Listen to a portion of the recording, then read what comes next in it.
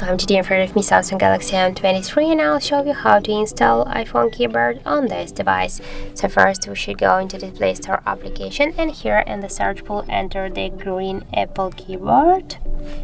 And now we have to get this application, so tap to install and wait a couple of seconds while the application installing on your device. After that, just open the app. Here click enable in settings, and near the green Apple keyboard click once on the switcher, tap to OK, again OK.